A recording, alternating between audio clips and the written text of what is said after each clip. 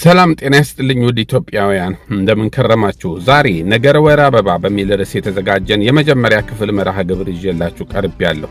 በተከታታይ በሚቀርቡት በእነዚህ ዝግጅቶች የወር አበባ ምንድነው? ደም ብቻ ነውን? የመከሰቱ ምስጢርስ የት ይጀምራል? የድግግሞሽስ ሂደት እንዴት ነው የሚሳለጠው? ጤነኛው ከተዛባው በምን ይለያል? ለምን ይፈጥናል? ለምንስ ይዘገያል? ለምን ይጓጉላል? አንዳንዶች ላይ ለምን ይበዛል ለምንስ ያንሳል የሚሉና ሌሎች ጥያቄዎችንም በእነዚህ ተከታታይ መርሃ ግብሮች ምላሽን እንሰጥባቸዋለን። ይከታተሉ። የወር አበባ ምንድነው? እንዴትስ ይከሰታል? የወር አበባ ከጉርምስና እስከ ማረጥ ድረስ በሴቶች ላይ ብቻ የሚታይ የተፈጥሮ ጸጋ ነው። አንዲት ልጅ ለአቅመ ሔዋን ስትደርስ የወር አበባ ማየት ትጀምራለች። ከዚያ ጀምሮ እስከ 50 ዓመት ድረስ በሕይወቷ ውስጥ ለ450 ጊዜ ያህል ይህን ተመሳሳይ ሂደት ታስቀጥላለች። ጤናማ የወር አበባ 3 ነገሮችን ያካትታል። አንደኛ፣ ወቅቱን የጠበቀ ድግግሞሽን ማለትም ሲፈጥን በየ21 ቀናት ሲዘገይ ደግሞ በየ35 ቀናት መደጋገምን። ሁለተኛ፣ ልኩን የጠበቀ የፍሰት ቆይታ ከ5 እስከ 8 ቀናት መቆየትን። ሶስተኛ፣ ተገቢ መጠንን 30 ሚሊ ሊትር ወይም በቀን ከ7 ሞዴሶች ያነሰ ቅያሬን መጠየቁን ያካትታል። በተጨማሪም ጤናማው የወር አበባ የማይረጋ የማይጓጉልና ንጹህ ቀይ ደም ነው። የሂደቱ አሳላጮች የወር አበባን ዑደት ለማሳለጥ 3 ዋና ዋና አካላት በትብብር ይሰራሉ። የመጀመሪያው አንጎል ነው። እሱ የዚህ ሂደት አለቃ ነው። ጊዜው ደርሷል የሚለውን ትዕዛዝ የሚያስተላልፈው እሱ ነው። አንጎል ሴት ልጅ ለአቅመ ሔዋን መድረሷን የሚገነዘበው የመጀመሪያው አዛዥ አካል ነው። ትዕዛዙን ቀጥሎ ላለው አካል ይልካል።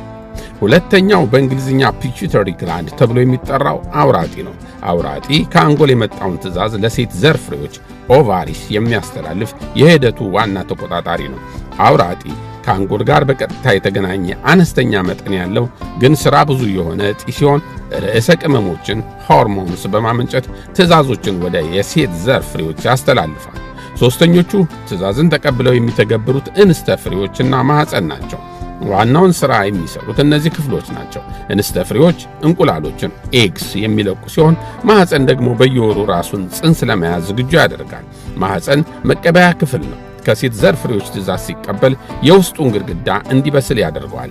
እርግዝና ካልተከሰተ ይህ ግድግዳ ይረግፋል። ያ ርጋፊ ነው የወር አበባ ሆኖ የሚፈሰው። የሴት የዘር ፍሬዎች ኦቫሪስ በዳሌ ውስጥ ሆነው እንቁላል ኤግን ወይም እንስተ ዘር ፊሜል ጋሜትን ያመነጫሉ። እነዚህን በአግባቡ መገንዘብ ይህን ሂደት የመረዳት መሰረት ነው። የዘር ፍሬዎች አምራቾች ናቸው። እንስተ ዘሮች ተመራቾች ናቸው። የወንድ የዘር ፍሬዎች ቴስቲስ በዘር ፍሬ ከረጢቱ ውስጥ ሆነው የተባዕተ ዘር ህዋስን ስፐርም ሴል እንደሚያመነጩት የሴት እንስተ ፍሬዎች ኦቨሪስ በዳሌ ውስጥ ሆነው እንስተ ዘርን እንቁላልን ፊሜል ጋሜት ኦር ኤግስ ያመነጫሉ። እንግዲህ ወር አበባ ሴቶች ከተወለዱ ጊዜ ጀምሮ በእንስተ ፍሬዎቻቸው ውስጥ ከያዟቸው በሚሊዮን ከሚቆጠሩ እንቁላሎች ጋር የተሳሰረ ጉዳይ ቢሆንም አንጎል፣ ዘር ፍሬዎችና ማኅፀን በትብብር ያሳልጡታል። ሴቶች ለአቅመ ሔዋን ሲደርሱ እነዛ በሚሊዮን የሚቆጠሩ እንቁላሎች ቁጥራቸው ቀንሶ ከ300 እስከ 500 ሺህ ይደርሳል። እንግዲህ ከነዚህ ሁሉ እንቁላሎች አንዷ አኮርታ ከዘር ፍሬ እንድትወጣ በማድረግ ሂደት ነው የወር አበባ የሚከሰተው። በወር አንድ ጊዜ ብቻ አንድ እንቁላል በስላ ትለቀቃለች። ወንዶችን ከተመለከትን ግን እነሱ ለአንድ ግንኙነት ብቻ ከ15 እስከ 200 ሚሊዮን ተባዕተ ዘርን ያወጣሉ። ይህ ሴቶች ዕድሜያቸውን ሙሉ ካሏቸው እንቁላሎች በ700 እጥፍ ይበልጣል። የወር አበባ ዑደት 3 ምዕራፎች። ጤናማ የወር አበባ 3 ምዕራፎች አሉት። ምዕራፍ 1 የደም መታየት ምዕራፍ ነው፣ ሜንስትሩዋል ፌዝ። በዚህ ምዕራፍ የማኅፀን ውስጣዊ ግድግዳ እየረገፈ በደም መልክ ይፈሳል። ከ5 እስከ 8 ቀናት ሊቆይ ይችላል። ምዕራፍ 2 የማኮረት ምዕራፍ ፎሊኩላር ፌዝ ነው። 8 ቀናትን የሚወስድ ሲሆን አዲስ እንቁላል አኮርታ ለመለቀቅ ዝግጁ የምትሆንበት ምዕራፍ ነው። ምዕራፍ 3 የመደላድል ምዕራፍ ሉቲያል ፌዝ ሲሆን 14 ቀናትን የሚጠይቅ ረዥም ምዕራፍ ነው።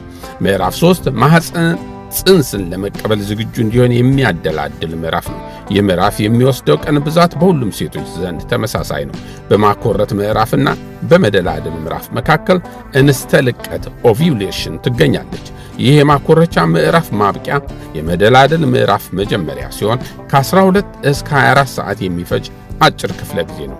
ከዚህ ወቅት 4 ቀንና 4 ቀን በኋላ ያለው የወር አበባ ክፍለ ጊዜ ግብረ ሥጋ ከተፈጸመ ጽንስ ሊፈጠር የሚችልበት ወቅት ነው። ለምሳሌ በየ28 ቀኑ የወር አበባ የምታይ ሴት 6 ቀናት የደም መታየት ምዕራፍ፣ 8 ቀናት የማኮረት ምዕራፍ፣ 14 ቀናት የመደላደል ምዕራፍ ይሆኑላታል ማለት ነው።